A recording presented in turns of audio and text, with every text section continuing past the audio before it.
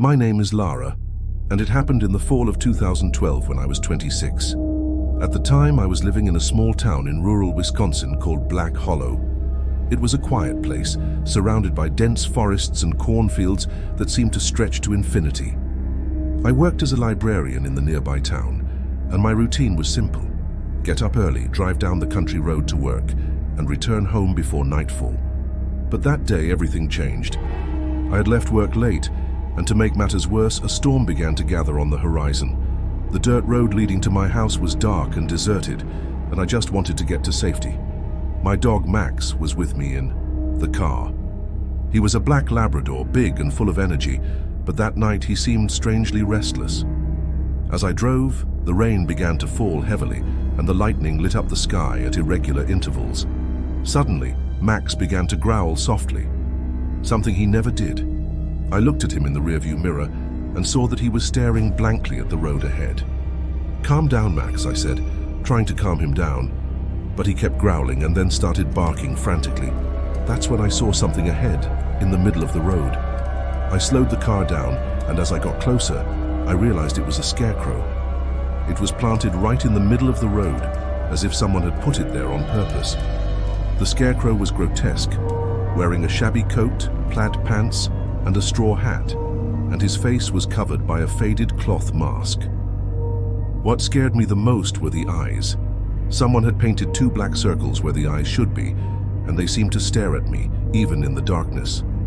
Max wouldn't stop barking, and I felt a chill run down my spine.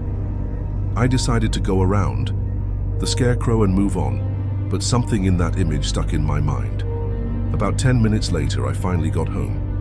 The rain was still pouring down, and the wind was howling around the house.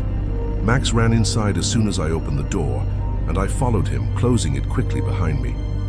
The house was small and cozy, but tonight it looked different. Max was still restless, pacing back and forth and growling from time to time. I tried to ignore the feeling I was feeling and prepared a coffee to calm down. As the water boiled, I looked out the kitchen window and saw something that caused me to paralyze. Outside, in the middle of the field in front of my house, there was another scarecrow. He was identical to the one I had seen on the road, with the same shabby coat, straw hat, and those black eyes that seemed to stare at me. My heart raced, and I pulled away from the window, trying to rationalize what I was seeing. Someone must have put this there as a joke, I thought, but deep down, I knew it didn't make sense. The camp was mine, and no one was allowed to enter. Max started barking again, and I felt that something was very wrong. That was when I heard a sound coming from outside. It was a low cry, almost imperceptible but unmistakable. Someone was out there in the rain, and I didn't know what to do. The crying continued, weak and intermittent, as if the person was trying to get my attention without being heard by anyone else.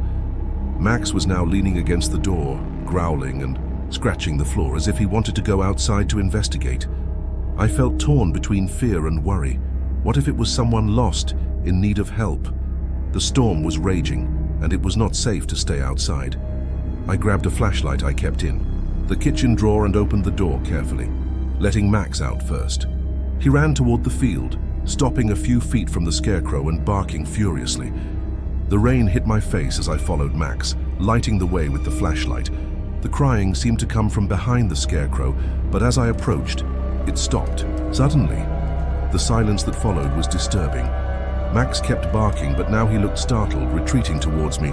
I pointed the flashlight at the scarecrow, and it was then that I noticed something that made me stop breathing for a moment. He was no longer facing the house. Now he was facing me, as if he had moved while I didn't look. My heart raced and I felt an intense cold. "Who's there?" I shouted, trying to disguise the fear in my voice. No one answered. The wind howled around me, and the branches of the nearby trees creaked as if they were alive. Max stopped barking and began to growl softly, staring at the scarecrow. I moved a little closer, shining a light on him with the flashlight. That's when I saw something that made me quickly retreat. The scarecrow's mask was not just a painting. There was something behind her, something that seemed to move. I swore I saw an eye that was not human, shining in the light of the flashlight before it disappeared again into the darkness. Without a second thought, I yelled at Max to come with me and ran back to the house. My feet slipped in the mud and the rain made it difficult to see, but I didn't look back. When I finally entered the house, locking the door quickly, my heart was beating so hard that I thought it was going to come out of my chest. Max was soaking wet and shaking, and so was I. I looked out the kitchen window, but the Scarecrow was back in its original position, as if nothing had happened. It was just your imagination, I tried to convince myself, but deep down I knew it wasn't true. Something was wrong, very wrong. I decided to call my neighbor, Theo, who lived about a mile away. He was a robust, middle-aged man and always willing to help.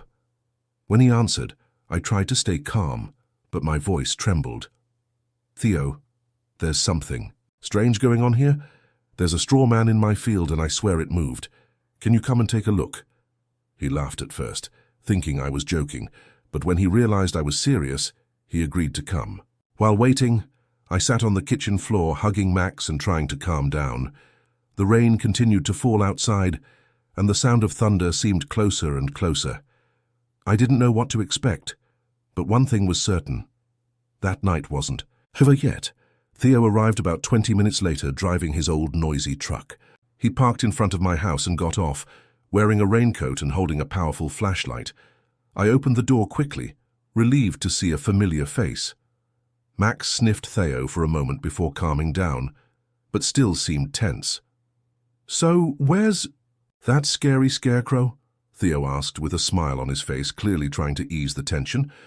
I pointed to the field where the Scarecrow still stood, motionless and ominous in the dim light of my flashlight.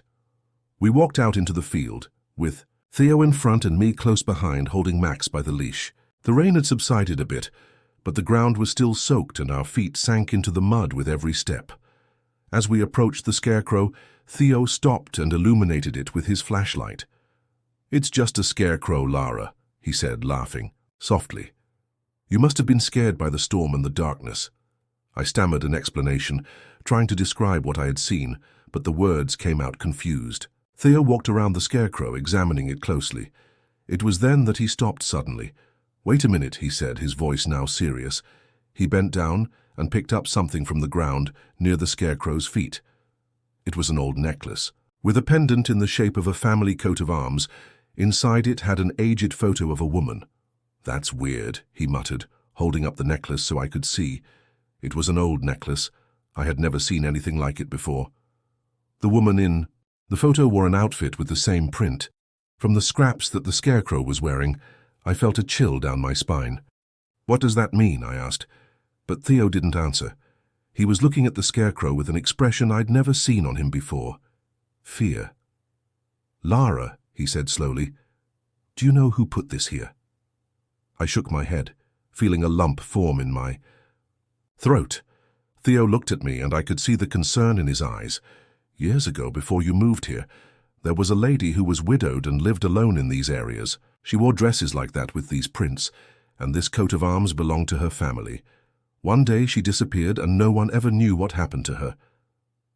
I felt a shiver run through my body, and Max began to growl again, staring blankly at the Scarecrow. Theo put a hand on my shoulder. "Let's go back inside. Tomorrow during the day I'll come back and check everything again. There's nothing we can do right now." I agreed, but as we walked back to the house, I couldn't help but feel like we were being watched. I looked back one last time and swore. I saw the Scarecrow move, slowly turning its head to follow us with those painted eyes, but when I blinked, he was standing still as usual. I didn't say anything to Theo. I just wanted to be indoors, away from that thing. Inside the house, Theo insisted on making a coffee while I dried Max with a towel. He seemed calmer now, but I could still see the concern in his eyes. "Lara, you shouldn't be alone here tonight," he said, placing a cup of coffee in front of me. "Why don't you come sleep at my house? My wife would be happy to have company." I thanked him, but I refused. I didn't want to leave my house alone, especially with that thing outside. Besides, I felt a little embarrassed that I had caused such a stir. "I'll be fine," I said, trying to sound more confident than I felt. Theo stayed another hour, talking about random things to distract me. He told me stories about the city, about how things used to be before I moved here. But every time the conversation stopped, I felt the weight of silence, as if something was watching us through the windows. Finally, Theo decided to leave, but before leaving, He gave me a bigger flashlight and said, "If you need anything, call me." As soon as Theo left, I locked all the doors and windows, something I rarely did. Max lay down on the living room floor, but he didn't seem relaxed. His eyes were fixed on the window that overlooked the field, and he growled from time to time as if seeing something I couldn't see. I sat on the couch, trying to concentrate on a book, but the words didn't make sense. My ears were attentive to every noise, the creaking of the trees, the lapping of rain on the roof, the howling wind around the house. And then there it was again, crying. This time it was louder, clearer. It seemed to come from outside near the kitchen window. My heart raced, and I stood up slowly, holding the flashlight Theo had given me. Max was standing now, his hair standing, on end, barking towards the kitchen. I knew I shouldn't look, but I couldn't help it. I walked to the kitchen. The crying stopped as soon as I got there, but I could see something that made me freeze in place. On the window there were handprints, as if someone had pressed their hands against the glass outside. They were small, like those of a child or an old woman. I recoiled, almost tripping over Max, who was now barking furiously. My instinct was to run, but where? The house was my only refuge. I picked up the phone to call the police, but I didn't know if they would believe it, so I decided to call Theo again, but the line had no signal. The storm must have knocked down the wires. I felt completely alone, surrounded by a darkness that felt alive. It was then that I heard a noise coming from the basement, a shuffling sound as if something was moving down there. Max ran toward the basement door, barking and growling like a crazed animal. I knew I couldn't ignore it. Something was in my house, and I needed to face it. The basement door was ajar, something I was sure I had closed and locked earlier. Max kept barking, but now he seemed hesitant, retreating towards me as I approached the door. My hands trembled as I held the flashlight, and my heart pounded so hard I could feel it in my throat. "Is there anyone there?" I shouted, trying to sound brave, but my voice cracked. The only response was the sound of shuffling footsteps coming from below, as if someone was moving slowly in the basement. I took a deep breath and walked down the steps, lighting the way with the flashlight. The basement was damp and cold, filled with old boxes and furniture that I had never organized. The sound of dragging seemed to come from the far corner near the old fireplace he never used. Max came down after me, but he didn't bark anymore. He just growled softly, as if he was scared. As I approached the corner, the flashlight illuminated something that made me stop breathing. It was the Scarecrow. It was there in the middle of the basement, as if it had been placed there a long time ago. The shabby coat and straw hat were soaked, and the cloth mask looked more real than ever. This time, there was no doubt. The painted eyes were looking directly at me. I felt an intense cold, as if the air around me had frozen. "How did you get here?" I whispered, but I knew there was no logical answer. Max started barking again, and it was then that I saw something that made me scream. Behind the Scarecrow there was a figure. She was a woman, or at least she seemed to be. She was crouched down, wearing a shabby, wet plaid dress. Her grey hair covered her face. She didn't move, but I could hear a low sound, like a muffled cry, coming from her. My instinct was to run, but my legs didn't obey. Max advanced towards the figure, growling and barking, but it did not react. It was then that she raised her head slowly, and I saw her face. She had no eyes. Where the eyes should have been, there were only two dark holes, as if they had been torn out. I let out a scream and retreated, stumbling over the boxes behind me. Max kept barking, but the figure didn't move. She just continued to cry, a low, agonizing sound that echoed through the basement. I didn't know what to do, so I did the only thing that came to mind. I screamed as loud as I could, "Get out of my house now!" At the same moment, the basement lights came on, and the figure disappeared. The Scarecrow was still there, but now it seemed harmless, just a bunch of old rags and straw. Max stopped barking and came to me, leaning against my legs as if he wanted to comfort me. I looked around, trying to understand what had happened, but there was no sign of the woman. I climbed the basement stairs with Max behind me, locked the theater and sat on the kitchen floor, shaking uncontrollably. The next morning, Theo returned as he had promised. I told him everything that had happened. He took the Scarecrow, made a fire, and threw it in it.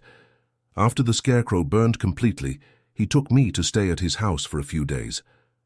I never saw another scarecrow or the woman again to this day. I avoid looking at the field at night.